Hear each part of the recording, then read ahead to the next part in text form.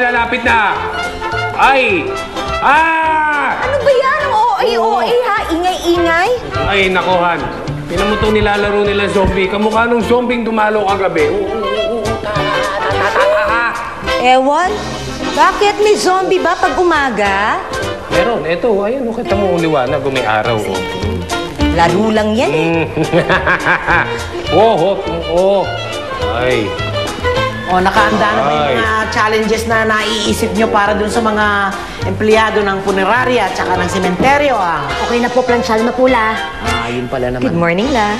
Good luck naman. Ay, Maganda na ng almusal. ako maganda na.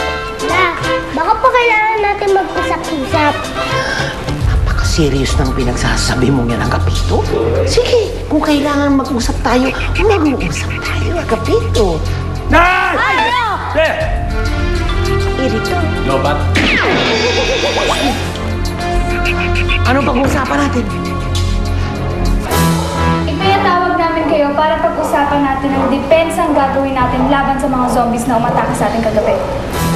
Kung mapapansin nyo, malaki ang pagkakawig ng mga zombie na sumugod doon sa larong Plants vs. Zombie at parang gustong nila kainin ang mga utak natin. Safe ang daddy nyo. Kaya dapat maging team plan tayo.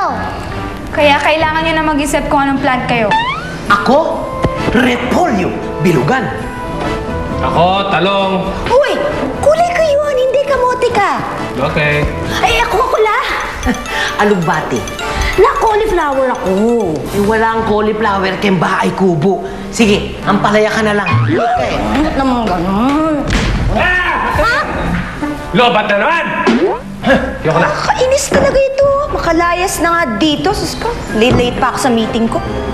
Lahat naman ng pininiwang gulay, wala naman sa Plants vs. Zombie. Ikaw? Ako, palis. Ate, mukhang hindi nila tayo siniseryoso.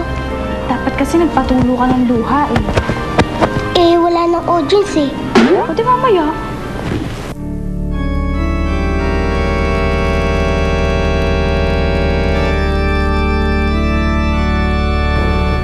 Ay, yan talagang si Mayor Derma. Iniwanan na naman tayo. At om na naman talaga siya sa... Asa na ba siya? Derm! Mayor Derm is there, Lola Barb. Yun, Mayor Derm, Mayor Derm! Nandito si Mayor Derm, Merienda kayo. Oh, yes. Sa mag-anak mo? Hindi la.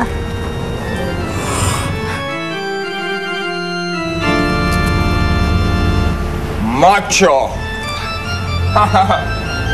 Hindi. Sino nga sila? La, umpisa na ng first challenge. Mga first challenge? Oo. Ito na ang mga challengers. Sila yung mga kamag-anak? Hindi la. Sila yung challenge? Challengers. Ay. Sige. Papakilala ko na sa inyo la. Sila pala. Ito ay si Reggie, Glenn, Rose, Ernie, Dodong, at Albert. Please, follow me. Let's go. Para sa kanilang unang challenge, ang white team na kinabibilangan nina Reggie, Rose at Dong at black team na binubuo naman nina Albert, Ernie at Glenn. Ang challenge, kailangan nilang mag-set up ng isang standard na burol sa loob ng funeraria chapel na ito. Dapat kumpleto at masunod ang mga setup mula sa ataol, mga upuan, kandila, pagkain, kurtina at iba pang makikita sa isang tipikal na burol. Dapat mabilis silang kumilos dahil meron lamang silang 20 minutes para matapos ang setup. Tulong-tulong po kami tatlo sa team namin para kami manalo sa first challenge.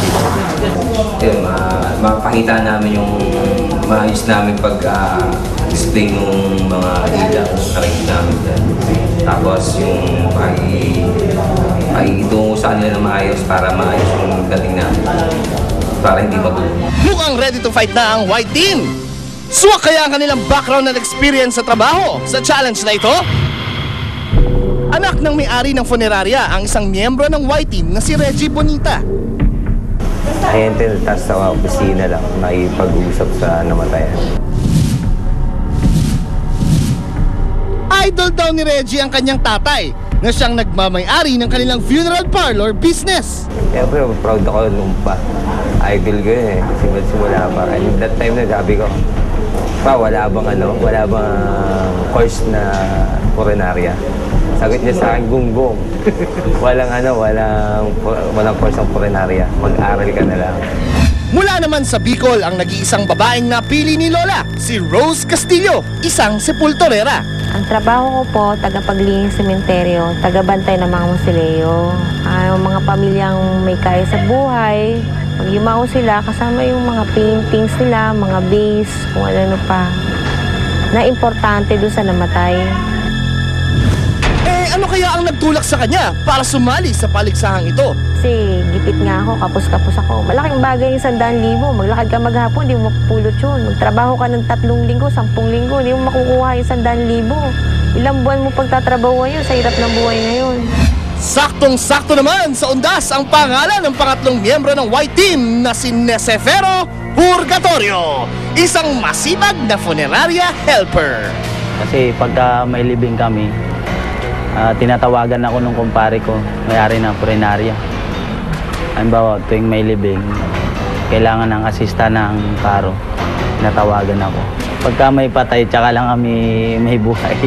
Ganun. Pero hindi naman pinalangin na lagi may patay, masama naman. Sa totoo lang, proud ako na sa funeraria ako nagtatrabaho kasi yung mga tao na kailangan kami, na iaayos namin sila.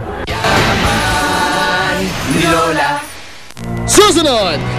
Isang kasama ko yung Balmer, wala siyang idea kung paano mag-set ng buron. Kaya ipinaubayan namin sa pagsiset ng pagkain.